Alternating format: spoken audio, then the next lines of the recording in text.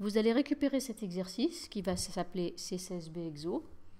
Comme d'habitude, on crée une copie. Et sur la copie, on va améliorer cet exemple. Ce que vous allez tout de suite constater, ce qu'on peut déjà faire, c'est que vous allez avoir normalement des zones qui vont être en rouge. Souligné en rouge, c'est qu'il y a une faute. Ici, quelle est la faute dans sèche? C'est que la majuscule n'est pas accentuée. Clic droit, sèche, et c'est fait. Méditerranéenne, il y avait un accent de trop avant les deux R. Donc c'est réglé. Ensuite, ce qui est intéressant, c'est qu'on va pouvoir appliquer ce qu'on appelle les puces. Vous savez qu'on vient juste de faire. Je sélectionne tout mon document et je vais chercher ces fameuses puces. Mais elles vont s'appliquer partout, même à des endroits où je ne le souhaite pas. À ce moment-là, soit je le fais paragraphe par paragraphe, soit je clique dans les lignes où je n'ai pas besoin de puces et je reclique sur liste à puces. Je reclique sur la ligne où je n'ai pas besoin de puces et je reclique sur liste à puces et ainsi de suite. Partout où je n'ai pas besoin de la puce, je la supprime. J'aurais pu mettre une autre forme de puce ici, là, là, là ou là, mais je vais me contenter de celle qui existe déjà. C'est déjà pas mal. Ensuite, on va s'occuper de ce titre qu'on aurait pu arranger un petit peu. Pour l'arranger, on va le mettre en gras. On va lui augmenter sa taille de police et nous allons le centrer. Centrer, c'est ceci, aligné au centre. Bon, bien sûr, 24, c'est un peu beaucoup. On peut revenir en arrière. Cette recette commence déjà à être intéressante.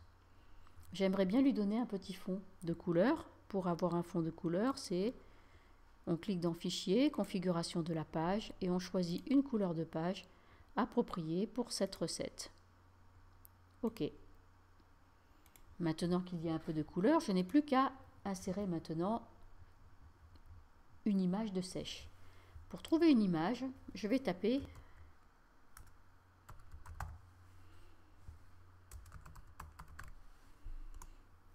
sèche et calamar, puisqu'en fait les deux peuvent fonctionner. Et en fait, on découvre que sèche ne s'écrit pas comme ça. C'est S-E-I. Sèche, c'est comme ça que l'on écrit la sèche. Et comme vous le voyez, vous découvrez que le correcteur orthographique n'est pas fiable. La surprise du jour, c'est que ne vous fiez jamais au correcteur orthographique. Maintenant, on sait à quoi ressemble une sèche et nous allons au tableau des horreurs, cliquer sur Images, chercher une sèche pas trop vilaine. Voilà, parce qu'en fait ici c'est un peu plus, bon, ce sont des calamars, c'est-à-dire des encornés, c'est pas de la sèche, hein, c'est pas vraiment ça, c'est encore de la du calamar. Si on veut trouver une sèche qui soit appétissante, c'est un peu difficile. Donc on va cliquer ici. On a des sèches et des calamars, pardon, ça tombe bien. Si je ne veux pas trop me fatiguer, c'est clic droit copier, clic droit coller. Mais ça marche pas toujours. Alors on va essayer. Clic droit, copier l'image. Et ensuite je vais dans ma copie d'exercice là. Ici. Non, ici. Dans ma copie d'exercice, je vais pouvoir coller en espérant que cela ne dure pas trop longtemps. Si ça dure trop longtemps, c'est que je dois passer par enregistrer l'image et l'insérer, etc. Maintenant, on va voir si l'image veut bien arriver. Il semblerait que oui, mais il faut lui laisser le temps. N'hésitez pas à aligner sur le texte pour faire apparaître l'image. N'hésitez pas aussi à centrer l'image directement, ça vous évite à calculer comment cela fonctionne. Ou, voyons voir, laissons sur aligner sur le texte et bougeons-la à la main, juste à l'aplomb du titre. Et maintenant, j'ai ma recette.